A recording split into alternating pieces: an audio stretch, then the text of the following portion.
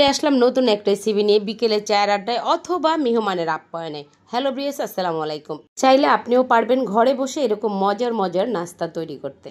এই রোল যে একবার খাবে সে বারবার খেতে চাইবে। আপনার কাছে 100% শিওর আজকে রেসিপিতে চমক লাগিয়ে দেব ইনশাআল্লাহ। রেসিপিটা আপনি যদি পরবর্তীতে ট্রাই করতে চান তাহলে পুরোটাই দেখতে হবে, কোনো অংশে স্কিপ করা যাবে না। রোল বানানোর জন্য আমি নিয়েছি ক্যাপসিকাম, গাজর, আলু। একটা কাটারের সাহায্যে আমি একেবারে পাতলা করে স্লাইস করে কেটে নিয়েছি। এই রোলে কাঁচামরিচটা অবশ্যই ব্যবহার করতে হবে। একটা মুরগির 4 ভাগের 1 ভাগ নিয়েছি বেস্ট। মাংসের পিসটা ভালো করে ধুয়ে মাঝখান থেকে কেটে নিয়েছি। একটা ফ্রাই প্যানে মাংস 2 টুকরা নিয়ে আমি সামান্য আদা বাটা, রসুন বাটা, স্বাদ মতন লবণ, গোলমরিচের গুঁড়া, গরম মশলার গুঁড়া, 2 চামচ ঘি দিয়ে পরিমাণ মতো অল্প অল্প করে দিয়েছি মশলা। 1 ফালি লেবুর রস দিয়ে 1 কাপ পানি দিয়ে চুলায় উঠিয়ে দিয়েছি ভালো করে কুক হওয়ার জন্য। এদিকে একটা বাটিতে আমি 1 কাপ ময়দা নিয়েছি, 2 চামচ চিনি দিয়েছি, 2 চামচ দিয়েছি সয়াবিন তেল, স্বাদ মতন লবণ, নরমাল পানি দিয়ে অল্প অল্প করে শক্ত একটা ডো তৈরি করে নেব। এখানে একটা টিপস রয়েছে, ডোটা যদি নরম হয়ে যায় তাহলে কিন্তু রোলটা হবে না। এদিকে মাংসের গায়ের পানি আমি শুকিয়ে মাংসটা কুক করে নিয়েছি। এদিকে আমার রেডি করা আলু, ক্যাপসিকাম, গাজর, কাঁচামরিচ, সামান্য একটু লবণ দিয়ে আমি ঢাকনা দিয়ে ঢেকে রাখবো। এতে এক্সট্রা পানিটা সবজির গায়ের থেকে বেরিয়ে আসবে। এই রোলে আমি কোনো পেঁয়াজ ব্যবহার করবো না। কুক করা মাংস আমি হাত দিয়ে ঝুরা ঝুরা করে নিয়েছি। 4 থেকে 5টা টিস্যুর উপরে আমি সবজিগুলো নিয়েছি। লবণ দেওয়ার পরে যে পানিটা বেরিয়েছে সেটা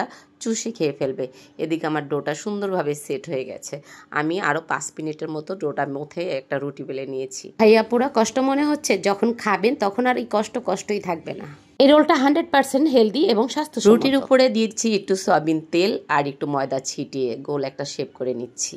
এবার রেখে দেবো 5 থেকে 6 মিনিট রেস্টে। গিয়ে সবজির কি অবস্থা দেখি। এই রোলে কোনো রকম এক্সট্রা পানি থাকতে পারবে না সবজির গায়ে। এমনকি আমি আর লবণও ব্যবহার করব না। সব কিছু একসাথে মিলিয়ে নেব। 1 চামচ দিয়েছি গোলমরিচের গুঁড়ো, শুকনো মরিচের গুঁড়ো দিয়েছি 1 চামচ। আরও লাগবে আমার চিজ। ছোট বড় সবাই যেটা পছন্দ করে, কিন্তু চিজের জিনিসগুলো বাইরে গিয়ে দোকানে চড়া দামে খেয়ে থাকি।